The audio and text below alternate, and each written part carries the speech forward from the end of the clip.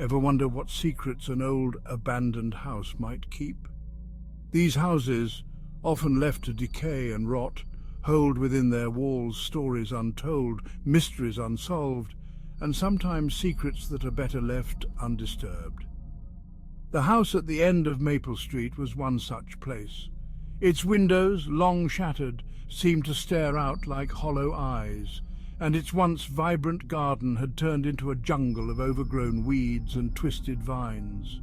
The townspeople avoided it, crossing the street rather than walking past its rusted gate. They whispered tales of its dark past, of the family that once lived there and the tragedy that befell them. But no one knew for sure what had happened, and no one dared to find out. The neighbours said it was cursed. They spoke in hushed tones about the strange noises that emanated from the house at night, the flickering lights that could be seen through the broken windows, and the eerie feeling that washed over anyone who got too close. Some claimed to have seen shadows moving inside, even though the house had been abandoned for years. Others swore they heard whispers, soft and sinister, calling out to them. The stories varied, but they all agreed on one thing. The house was not just abandoned, it was alive with a malevolent presence. No one should ever go inside. The warnings were clear and the signs were posted all around the property. No trespassing.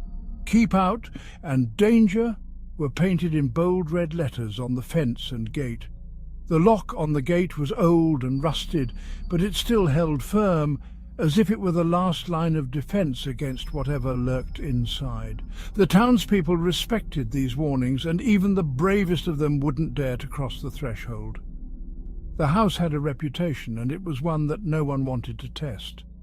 But Lily, new to town, was drawn to its eerie tales. She had always been fascinated by the supernatural, by the stories of ghosts and spirits that haunted old houses and forgotten places. When she heard about the house on Maple Street, she couldn't resist the urge to see it for herself. She was skeptical of the stories, believing them to be nothing more than local legends meant to scare children and keep people away. But she was also curious, and that curiosity drove her to the house one crisp autumn evening. Skeptical and curious, she pushed through the rotten gate and stepped into darkness.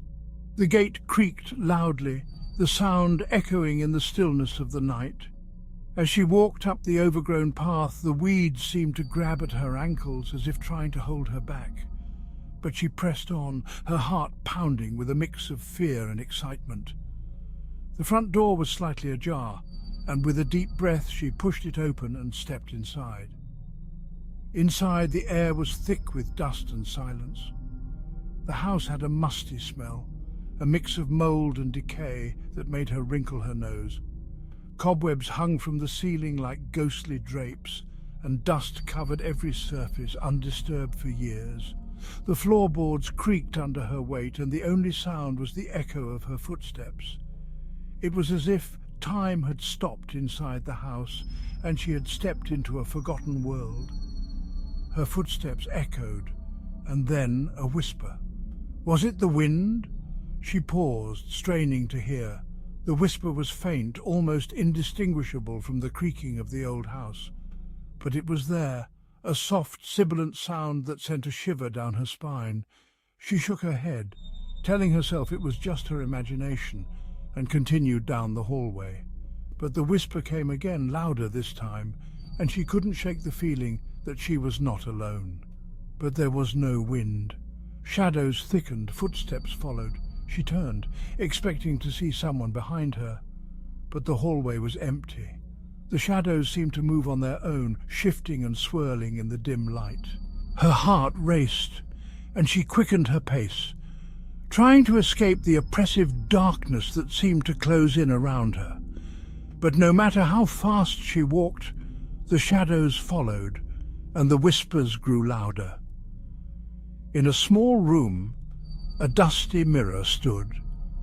Her reflection wrong. She entered the room, drawn to the mirror as if by some unseen force. The glass was cracked and covered in dust, but she could still see her reflection, or at least she thought it was her reflection.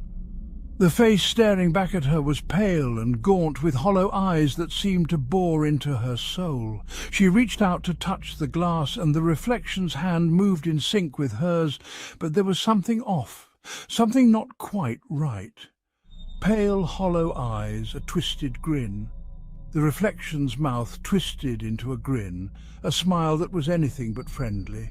It was a smile of malice, of hunger, and it sent a wave of terror through her. She tried to pull her hand away, but it felt as if it were glued to the glass. The reflection's eyes seemed to follow her every move, and she could feel its gaze like a physical weight on her chest. She tried to look away, but couldn't. The reflection waved. It was a slow, deliberate motion, as if mocking her. She felt a cold sweat break out on her forehead, and her breath came in short, panicked gasps. She wanted to scream, to run, but she was frozen in place, trapped by the gaze of her own reflection. The room seemed to grow colder, and the shadows in the corners of the room seemed to creep closer, as if drawn to her fear. She stumbled back. The door vanished. Trapped. She finally managed to tear her gaze away from the mirror and stumbled back, her heart pounding in her chest. But when she turned to leave, the door was gone. The room had changed, the walls closing in around her, and she realized with a sinking feeling that she was trapped.